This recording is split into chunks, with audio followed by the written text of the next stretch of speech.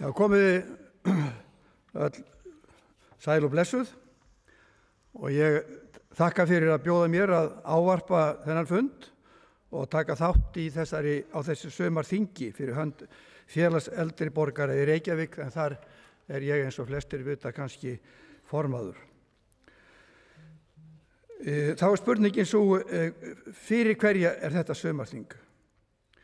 Jú, við erum að tala vini og vandamenn sem komnir eru til ára sinna og sína áhuga og framtak á málefnum sem snerta hagsmuni, þjónustu og líf þeirra meðbræðra og systra okkar allra sem hafa verið svo heppin að fá að njóta ævikvöldsins, gráuhárana, þroskans og reynslunar.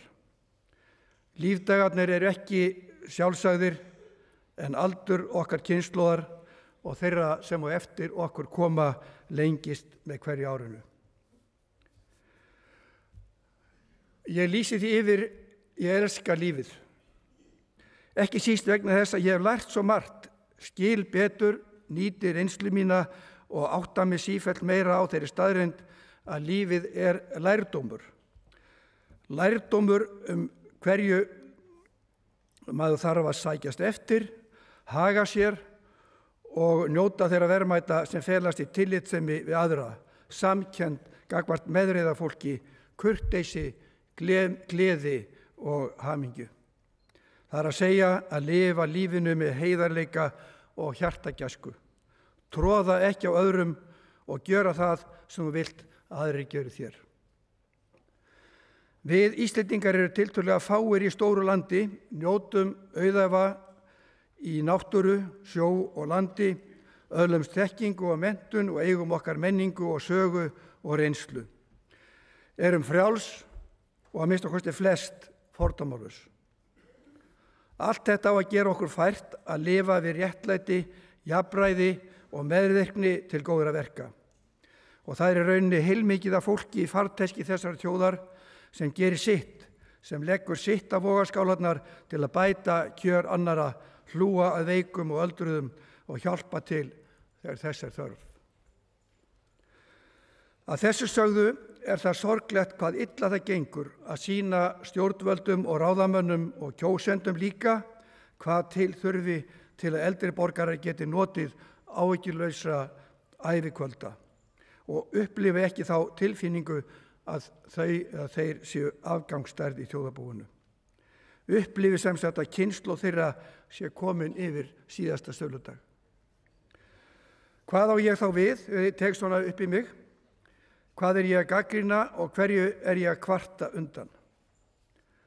Áhugaleysi gagnvart ábendingum og betrumbótum fyrir eldri borgara, skortur á þjónustuheimilum, hjúkrunarheimilum og elliheimilum, tillitsleysi gagnvart hækkandi kostnaði lækninga og húsnæðis, vanvirðing á hagsmunum eldri borgara með fáránlegu frítekjumarki, lágum tryggingabótum og sköttum á lægstu framfærslubætur.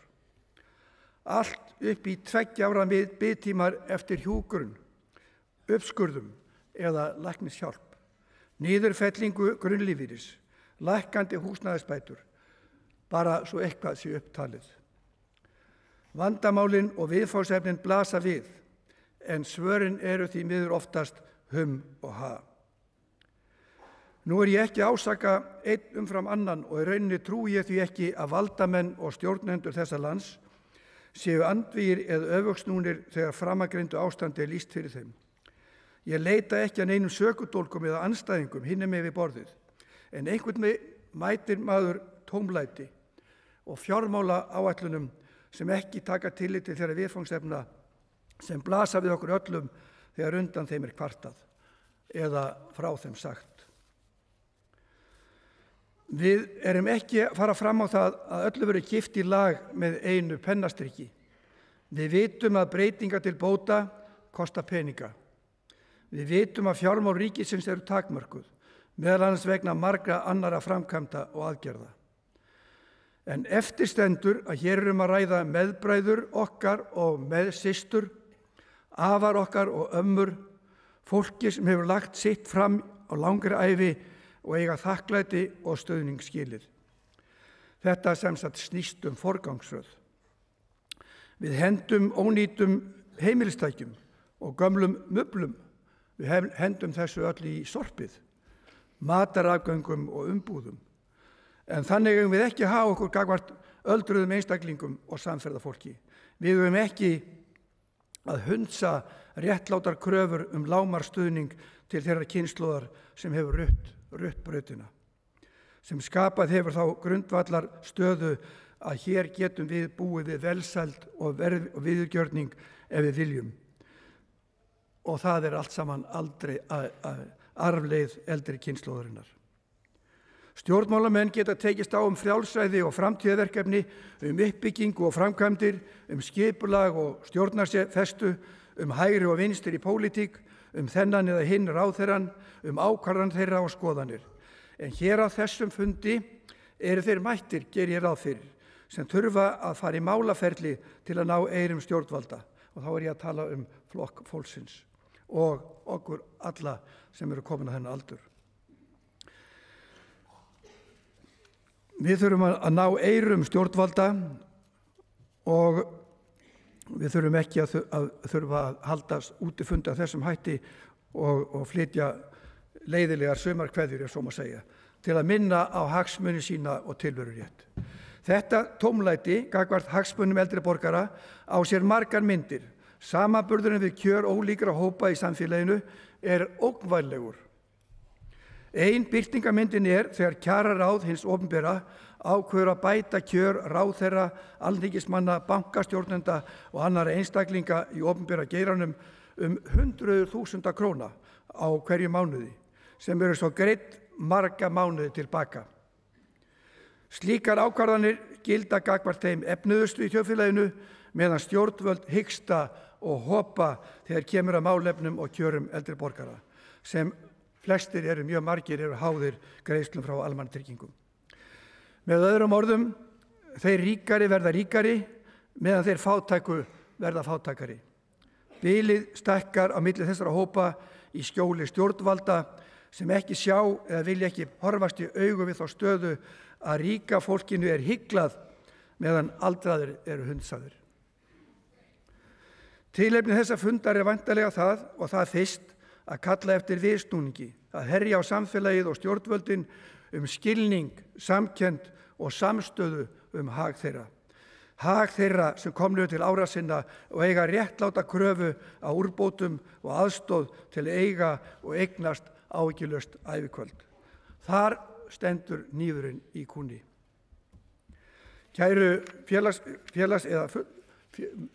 þingmenn og aðkomendur hér, ég vil að lokum koma því á framfæri að Félag eldri borgara var strax ljóst, það segja Félag eldri borgara í Reykjavík og nágrenni, var strax ljóst í upphafi þessa árs að lög höfðu verið brotin þegar gerðar voru breytingar á bótakerfi tryggingana nú rétt eftir áramótin síðustu. Ég sem formaður Félags eldri borgara í Reykjavík gekk á fund 3 ráðherra og lýsti því yfir að Félag eldri borgara vildi að svo stöddu ekki fara í dómsmál, heldur taka upp viðræður bætt tryggingakerfi og betri þjónustu við eldri borgara. Engin svör fengust, engar undirtektir. Í framhaldinu ræddi ég við formann flokks fólksins, Ingu, sem þá hafði ákveðið að fara með mistök Alþingis í málaferli. Mistökin eru höfð hjá mér hér með gæsalöppum. Og lýsti því yfir að Félag eldri borgara styðji málflutning flokk fólksins og við það stend ég enn. Takk fyrir hljóð.